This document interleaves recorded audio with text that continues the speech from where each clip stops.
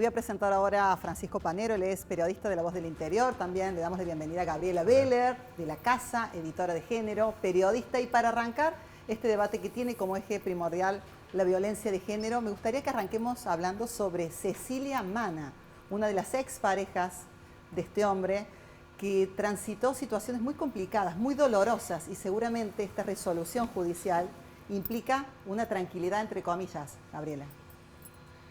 Bueno, hola, buenas noches, Gracias por venir. Ximena, hola Pancho. ¿Qué tal? Estás? ¿Cómo va? Es complicado la cuestión de la reparación.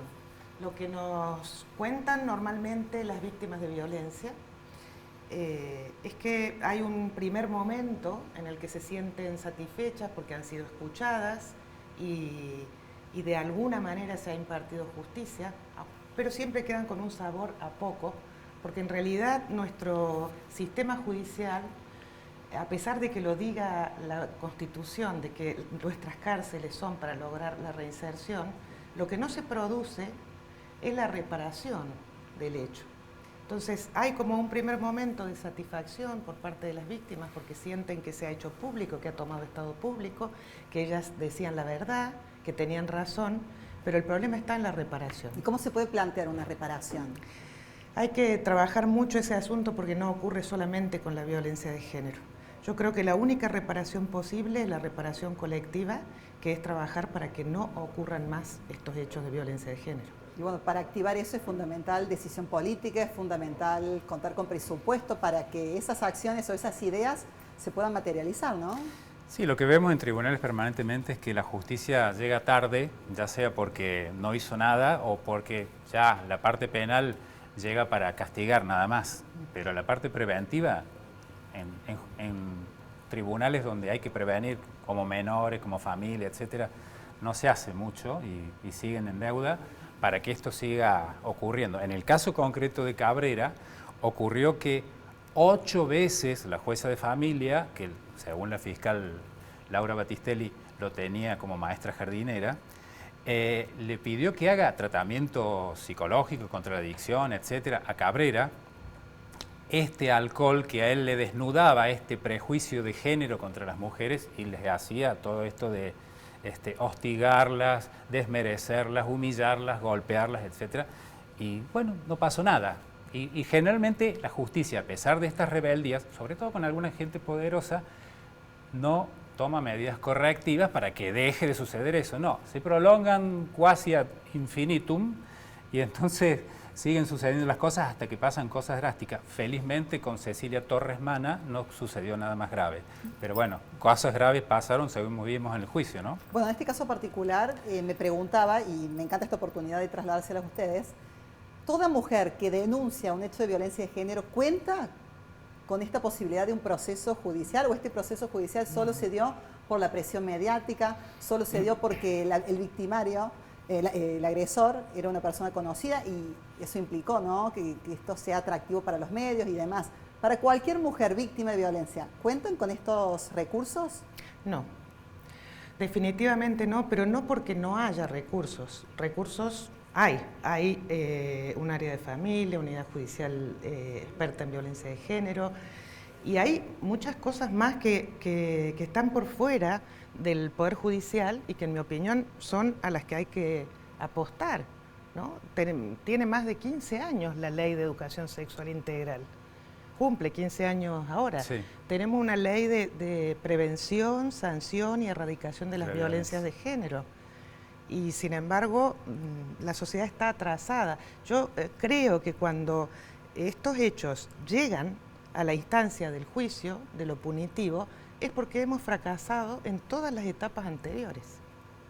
Lo que decía recién, que la parte de los tribunales y no tribunales, también el área de la CENAF, etcétera, todos los aparatos del Ejecutivo, en la parte preventiva siguen fallando. Y no son pocas cosas. Y lo que vos preguntabas del tema si tienen el mismo acceso todas las mujeres, y con Carlos Nagy, un abogado muy mediático, y con una chica que tuvo suerte de encontrar, porque antes estuvo con otros abogados y Pato Cabrera lograba hacerla reingresar al círculo de la violencia y ella no podía mantener o sostener ese deseo de denunciar. La tenemos conectada a Laura Battistelli, fiscal de esta causa. Gracias por este contacto y bueno, ¿qué mirada tiene a partir de esta resolución judicial, esta última instancia y que la jueza haya avalado lo que usted pidió como condena? Gracias, le escuchamos. Hola, buenas noches a todos.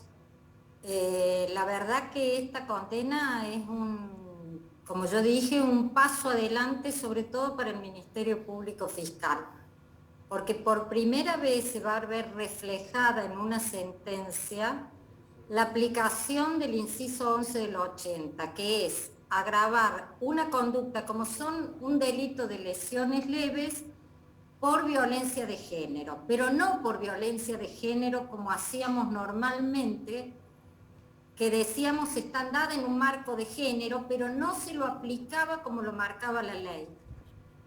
¿Y por qué es necesario? Porque es como empezar a dar la lección en voz alta. ¿Qué quiero decir con esto? También para el Poder Judicial, la aplicación y la operatoria con perspectiva de género es toda una gimnasia nueva. Porque yo escuchaba a los panelistas, bueno, a Francisco lo conozco de tribunales, que hablan de la necesidad de una respuesta. Bueno, la perspectiva de género requiere una gimnasia de visión, porque la violencia de género torna una forma de ver el delito en forma diferente. No es un delito común. No siempre las personas que trabajamos en tribunales vemos la víctima como la vimos en la causa Cabrera. Muchas veces en ese círculo de violencia, cuando la víctima llega a tribunales, y cuando digo muchas veces digo que el porcentaje es alto, a defender al victimario, porque aún sigue inmersa en el círculo de violencia. Esto es porque si no tomamos cartas en el asunto para, digamos, madurar y decir que en nuestra sociedad el fenómeno de la violencia de género se ha naturalizado y se naturaliza a través de la educación, no hay otra vuelta. No hay parámetros que podamos poner a nivel del fuero penal. Recordemos que cuando las personas llegan al fuero penal, que es donde yo estoy, ya llegan por la comisión de un delito. Todos los otros parámetros se han vencido. Y yo les puedo asegurar que el Poder Judicial, con las oficinas que tiene donde se cataloga el riesgo que corren las víctimas, hace esfuerzos porque no lleguen las víctimas, como lo hacen los tribunales de familia. ¿Qué ocurre? Estamos en una sociedad donde la violencia de género está naturalizada. Cuando se ve, ya traspasó la barrera. Bien, bueno, vamos a sumar a Gabriela Beller, que quiere establecer un diálogo con la fiscal. Gaby, adelante. Sí, buenas noches, doctora. Quería consultarle si usted considera que el personal del Poder Judicial, así como lo establece la ley Micaela, se está formando continuamente en perspectiva de género. Sí, Gabriela, yo puedo dar fe que el personal del Poder Judicial no solo se está formando en perspectiva de género, está haciendo todo un trabajo de campo para tratar de fijar las normativas con perspectiva de género, porque el problema de la perspectiva de género es una visión que no es tan rápida para la gimnasia.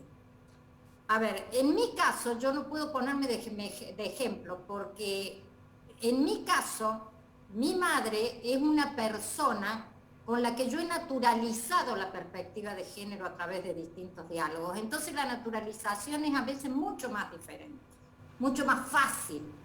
La realidad es que el personal de tribunales, recuerden ustedes que en el fuero penal hay muchos varones, todos hacen cursos, todos aplican la operatoria. Por supuesto que esta operatoria, Gabriela, no se va a ver de un día para el otro, porque, a ver, el machismo no es una cosa que lo tengan solamente las personas o los ciudadanos de calle. Los tenemos todos tenemos una cubetera machista a la que hay que vencer de alguna u otra manera.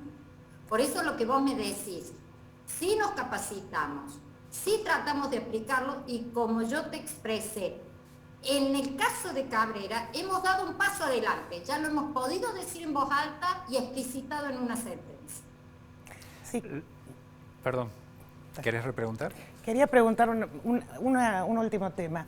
El problema, yo comparto con usted, por supuesto, luchar contra la desigualdad de género, contra los estereotipos, acabar con el machismo, no es algo que lo vamos a solucionar con el diploma del curso de la ley Micaela, eso está clarísimo. Lo que creo que está fallando, y no solamente en el Poder Judicial, sino en los 3 poderes del Estado, es que esté más claro los índices de evaluación. Es decir, nos formamos en ley Micaela, pero ¿y eso se traduce realmente en hechos? Porque las leyes están ahí. El tema es hacerlas carne y que se note en nuestra práctica cotidiana que estamos luchando no solamente contra la violencia de género de un caso particular, sino contra los estereotipos que, como usted bien dice, nos atraviesan a toda la sociedad. Yo te cuento, Gabriela, yo sabes que creo que así como se naturaliza el machismo o la cultura de estereotipos dentro de una familia, en el reparto de tareas, de roles, de idiosincrasia, lo mismo ocurre en el servicio público. La perspectiva de género se va a contagiar, tarde o temprano se contagia. Las mujeres vamos a llevar la bandera, pero un día nos vamos a llamar la atención de que la está llevando un varón al lado nuestro. La forma de mirar con perspectiva de género, una vez que se hace gimnasia en uno, no se puede abandonar. Es el cristal con que se mira. Y yo creo que en este avance de caminos, lo hizo la Cámara Tercera el otro día, lo hizo la Cámara Segunda ahora con la doctora Travaglini, estamos caminando un camino, Gabriela, que no tiene retorno. Y ese mismo camino es el que tiene que empezar a caminar cada mujer en esa casa, en su casa. Porque yo le digo siempre a las personas y trato de hablarlas para que todos nos entendamos de manera correcta. Cuando llegamos a tribunales es tarde. Ya hay una víctima, ya hay un victimario. La violencia de género tiene que vencer estereotipos dentro de nuestras mismas casas. Y la que educamos muchas veces a los varones violentos somos las mujeres, colocándonos nosotras mismas en estereotipos cuando educamos, Gabriela. Entonces, la forma de erradicar la violencia de género es una perspectiva distinta en la educación. Cuando todo eso avance, el trabajo que tenga que hacer el Poder Judicial a nivel del fuero penal se va a ver reducido. Francisco. Bueno, Laura, buenas noches, ¿cómo estás? Hola, Pato. ¿Qué tal? Quería preguntarte, al comienzo de este bloque, emitieron una entrevista al abogado defensor Carlos Airabedian que dice que su defendido va a salir en libertad en 8 meses, o sea, dentro de 2 meses. Quiero conocer tu particular enfoque sobre este aspecto. Bueno, vamos a dejar en claro. La pena permite que a los 8 meses de privado de su libertad una persona esté en condiciones de solicitar la libertad condicional. Ahora, la concesión del beneficio de la libertad condicional no es automático. ¿Qué quiere decir? Que no es que yo tengo 8 meses, levanto la mano y ya salgo. Viene acompañada de otros elementos que la persona condenada tiene que hacer, elementos conductuales. Necesita un trabajo que nosotros llamamos, antes de dar ese beneficio, un informe interdisciplinario que nos diga que esa persona en ese aspecto, en los aspectos de reeducación de la pena, o ya ha sido sometido a los mismos, si eso ha pasado, cuáles han sido los resultados, y si en su caso, para seguir ese tratamiento, tiene que ser intramuro o extramuro, o sea que no es sale en libertad. Además, el señor Cabrera, Francisco, para que la gente lo sepa, tiene otra problemática por la que no sale en libertad, que es que tiene una prisión preventiva dictada por el doctor Griffith por hechos que ya están en condiciones de ser elevados a juicio. ¿Qué quiero decir con eso? Esa prisión del doctor Griffith tiene además se le suma otra particularidad, que fue fruto de una resolución que ya adoptó el Tribunal Superior cuando le dictó la captura a Cabrera. O sea que las posibilidades del recupero de libertad no es una cuestión automática. Entiendo que quizás el doctor Airabedian lo dijo como diciendo a los 8 meses va a tener posibilidades su cliente de solicitar la libertad condicional, cosa que es cierto. Bueno, claro. No, además hay que, cuando pidan una libertad condicional, los peritos carcelarios van a tener que firmar si está en condiciones de salir y si se van a hacer cargo de que no pueda volver a cometer hechos similares. Eso corre a cargo de los informes penitenciarios que hagan los peritos. Bien, Laura, muchísimas gracias por este contacto, gracias por compartir las reflexiones a partir de este proceso judicial que ha concluido hace algunas horas nada más. Muy amable. No, gracias a ustedes.